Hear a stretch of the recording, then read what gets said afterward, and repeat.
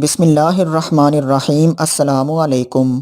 حضرت موسیٰ علیہ السلام کے زمانے میں ایک شخص ایسا تھا جو اپنی توبہ پر کبھی ثابت قدم نہیں رہتا تھا۔ جب بھی وہ توبہ کرتا اسے توڑ دیتا، یہاں تک کہ اسے اس حال میں 20 سال گزر گئے۔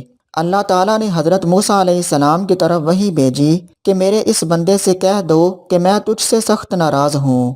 جب حضرت موسیٰ علیہ السلام نے اس آدمی کو اللہ کا پیغام دیا تو وہ بہت غمگین ہوا اور جنگلوں کی طرف نکل گیا۔ وہاں جا کر بارگاہ رب العزت میں عرض کی، اے رب ذوالجلال، تیری رحمت کم ہو گئی یا میرے گناہوں نے تجھے دکھ دیا؟